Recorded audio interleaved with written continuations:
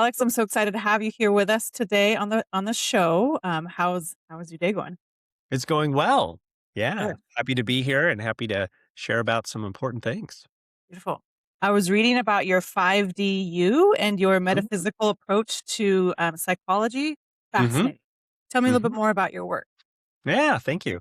Yeah, I'm very excited about it. So, I've been in the clinical psychology space for about 2 decades, and while I was early on in my studies, I have been on my spiritual path since I was a teenager. And I was just sitting in there one day in class very early on, the first semester of the program. And it just dawned on me as we were going over a concept from a very famous form of therapy called cognitive behavioral therapy. And they basically describe that our psychology is our thoughts, our emotions, interactions.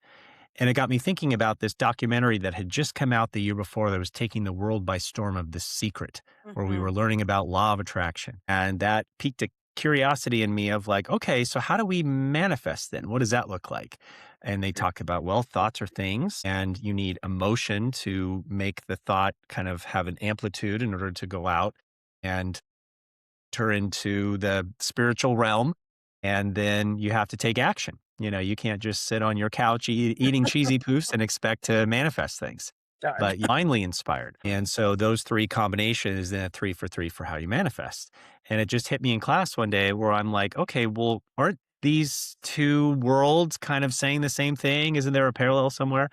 And so I started just being on this quest of insatiably trying to find, okay, so where do I go to learn more about this? And out of all the books that I kind of researched, at least at the time, there was only one that kind of talked about it. That was Wayne Dyer, if you remember him, Absolutely. Power of Intention. Yeah. And I really loved it. Good. Yeah. Excellent. And so then I kind of had a side quest while I'm pursuing my doctoral degree of how do you summarize psychology? What does that mean? And it took me 17 years, but I feel as though I've confidently cracked the code of how to summarize the skills and the concepts that keep being recycled in the over 1,000 forms of therapy and all the forms of self-help books that are out there and retreats and seminars and all the things. There's only so much that people are describing that then get recycled with maybe different phrasings for it, but it's the same guts. And in the research field, they call these mechanisms of change. Yeah. And so I took these concepts and I'm like, okay, how do I organize them now in a way that I'm not just fire hosing and saying, learn these ideas? So I came up with an approach, kind of like a periodic table of elements with chemistry and those components.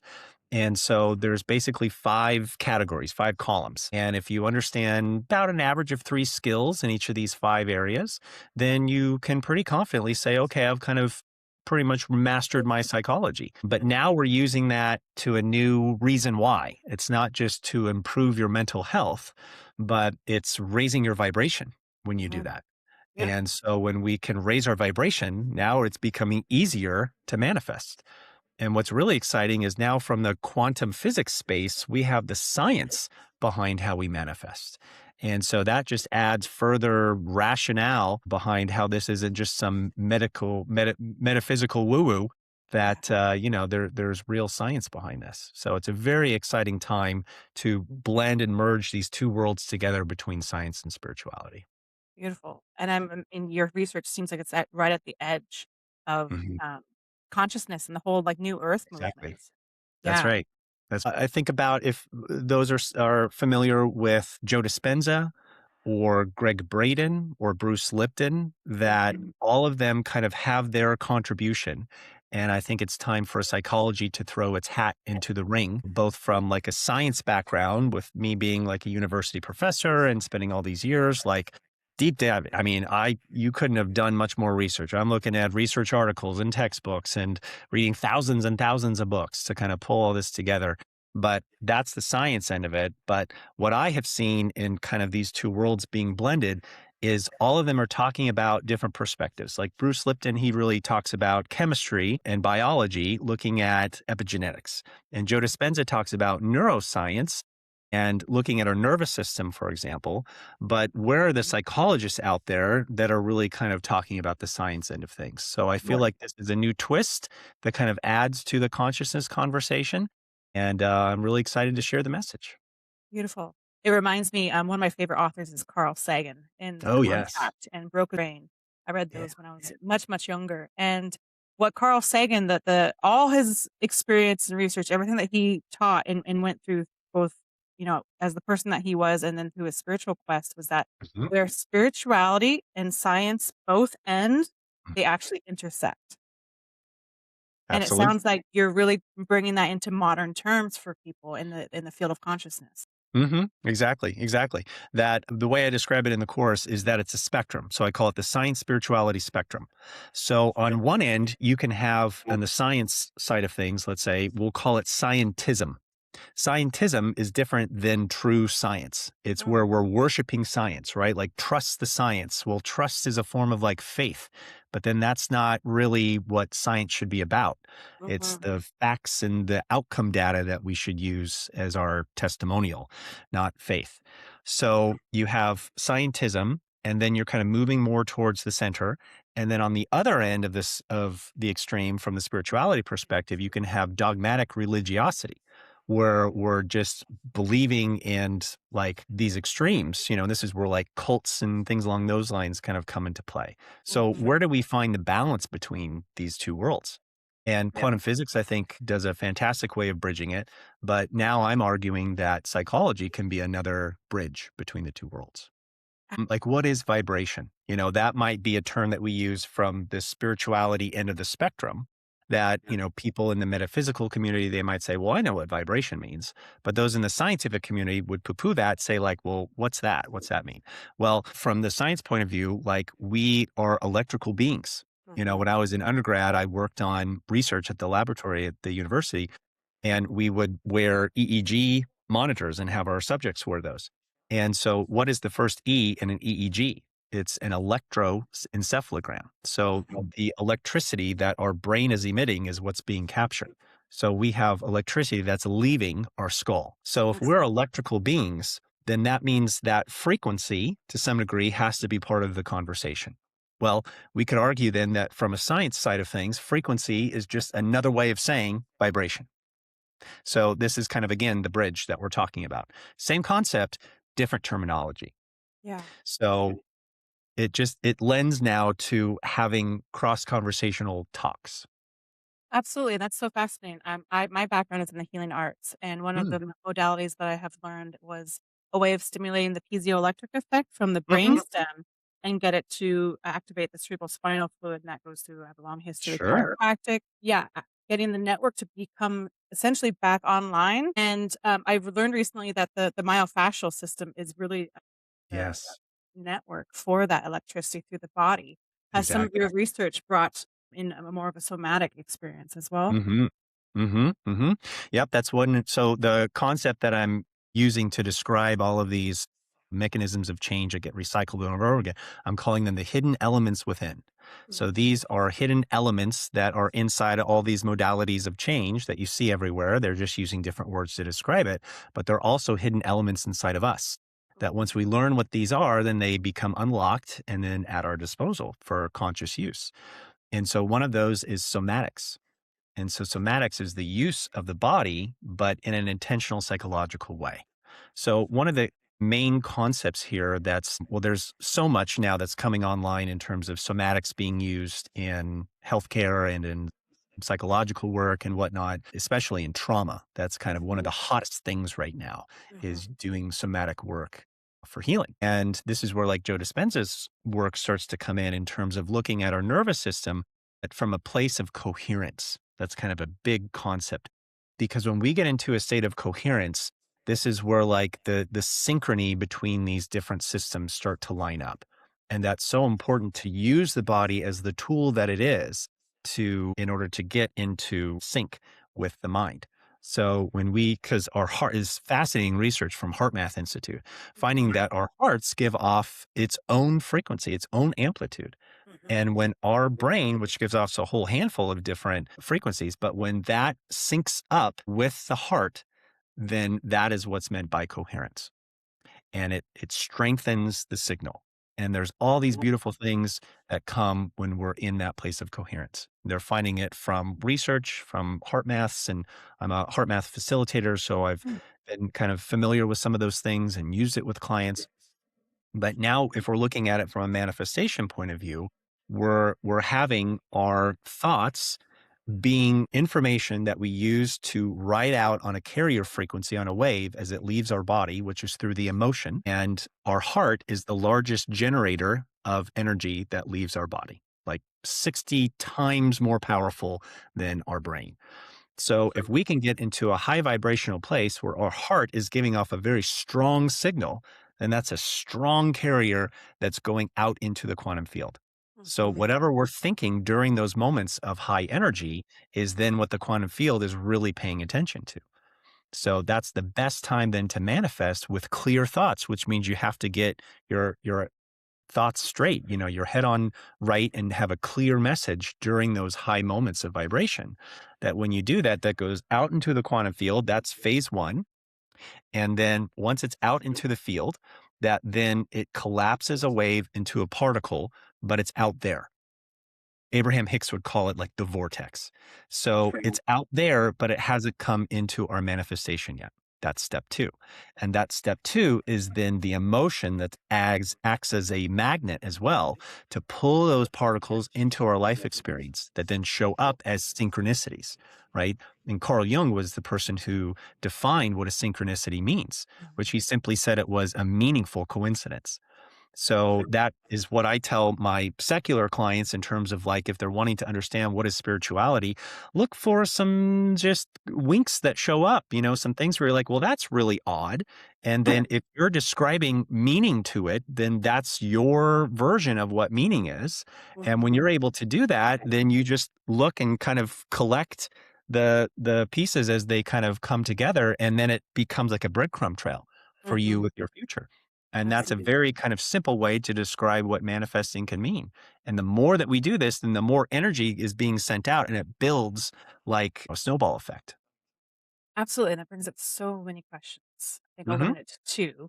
On the one hand, do you, uh, just as a pure reflection too, about consciousness and the brain waves is one of the modalities I learned was about when we get into the alpha brain waves and we get Hmm. out of that fight or flight, the stuck Totally. response, um, bring us out of beta essentially and down into alpha. Hmm. Alpha is the most, coherent, brainwave that we can be in to manifest, to Hmm. reprogram the brain.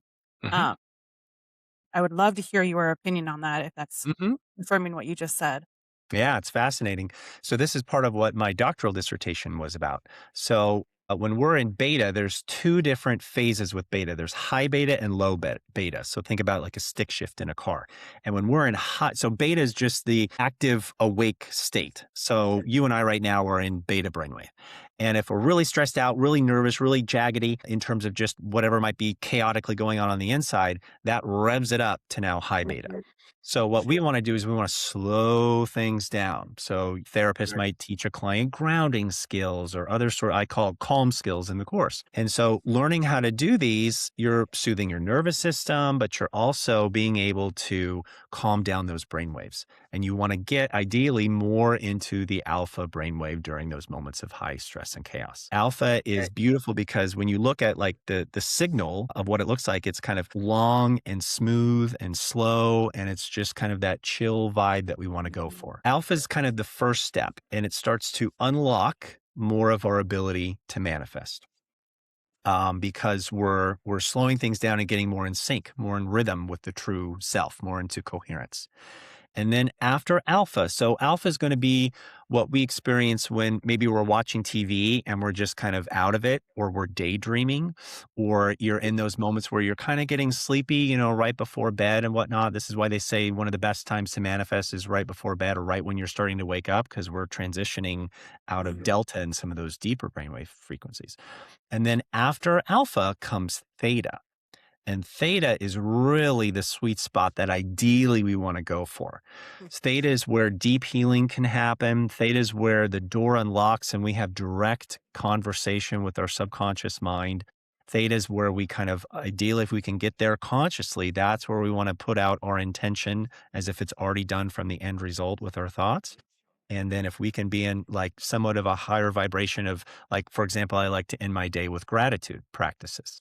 And so I'll get into a place of gratitude and kind of coming from my heart space and whatnot. And when I'm able to do that and then fade off and I'm just, present enough when I'm starting to fade. I'm like, okay, I'm in that sweet spot of like the golden hour, if you will. And that's then when you want to put out into the universe what you're hoping to manifest. Wow.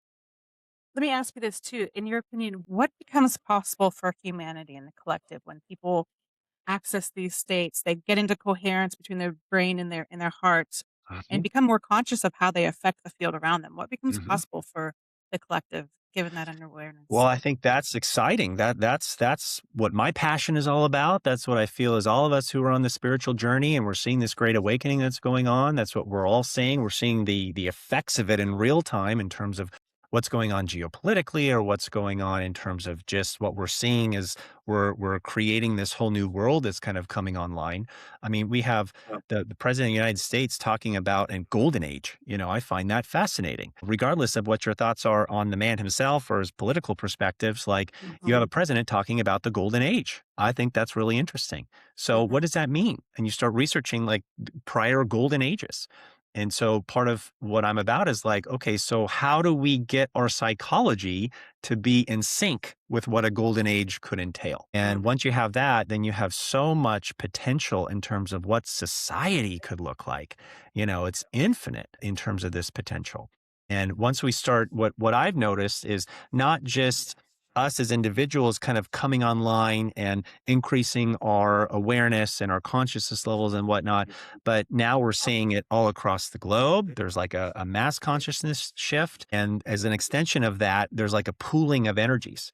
And so we're seeing now more people in wanting to join communities and live closer with one another. And I'm one of those. I was originally from the Northwest. And then when I met my wife, she's lived down in Florida. And then I moved down here. And there's a whole community that already exists down here. And we're calling in more tribe. And it's fantastic to see that. So my point is now we're putting out a manifestation, not just what we want or maybe what we and our partner might want, but now as a community. How can we have time where we're getting together to now collectively put out intentions? Because that amplitude is going to be even more yes, powerful than what we could ever do on our own. absolutely. Where are you putting together those communities? Well, I'm in Southwest Florida in a little town called Venice. It's known for its shark teeth. And right above Venice is Sarasota and Siesta Beach and whatnot. So a friend of mine is putting together an event, and we're going to turn it into hopefully monthly events. And he's calling it Unity in the Community.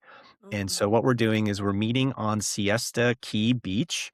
Siesta is known as one of the top beaches in the entire country, and it's beautiful if you haven't visited. The sand has a very particular quality to it. It's got the texture of almost like sugar. It's very refined and it doesn't stick. It doesn't warm up in the summertime. And it's essentially crushed crystal. And they argue that Siesta and Anna Maria and Lido Beach, and there's just a small handful, but that the rocks, the land that eventually got crushed into what is now the beach, originally came from the Appalachian Mountains thousands and thousands of years ago. And so people come from all over the world to meditate on Siesta Beach because it has spiritual properties to it from the crystalline. So that that's is where we're meeting. fascinating. Hmm. Yeah. So that's where we're meeting, and we're going to turn these into regular events and just pool the tribe together, and people can come from wherever and, start to practice what we preach in terms of adding to the collective intention that we're all wanting to create of this new world. Absolutely. And Yeah, I imagine it's plugged into the crystalline grid that goes exactly. entire over the entire world. I Yep. used to live in Sedona, and everything there was like what you do in Sedona, and I'm in Mount Shasta right now. Uh-huh. And it has the same effect, but I think Sedona is just much more because it has all the ports. But what you do there and the intentions does literally spread out to the rest of the world. So when people Hmm. gather in these special places, you are Hmm. truly having an exponential effect on the Hmm. collective. Yeah, and that's why I'm excited this event is in Shasta. Shasta, as you know, I'm sure is one of the supposed chakra centers for the planet. So, Yeah, there's arguments on both sides, whether it's the root chakra or the crown chakra, everyone talks ah, about it, and my personal belief is that it's the root chakra of the crown chakra, which then goes into the higher dimensions. okay, sure. Yeah. There's Makes some sense. very fascinating, experiences that are here and once you commune with the mountain. Mm. Have you been here before? I've driven through Shasta a handful of times, but I've never actually stopped. So I'm really looking forward to it because it's been on Yeah. my bucket list. You're in for a treat, certainly. So, in addition to my work in clinical psychology and spending a lot of my time kind of working on my doctoral degree and seeing clients and doing all of that, I've also been a scholar for the past 2 decades on the ancient Aramaic language and looking at this language that Jesus spoke. And there's a strong argument that the Bible was actually originally written in Aramaic and not Hebrew or Greek or one of those later translations. And when you read the Peshitta or the Aramaic Bible from its ancient roots and directly translated to English, there's all these aspects of understanding the text that unlock that weren't there before because of simple translation errors. And Mhm. so the word for angel is malacha in Aramaic, and it just simply means a messenger.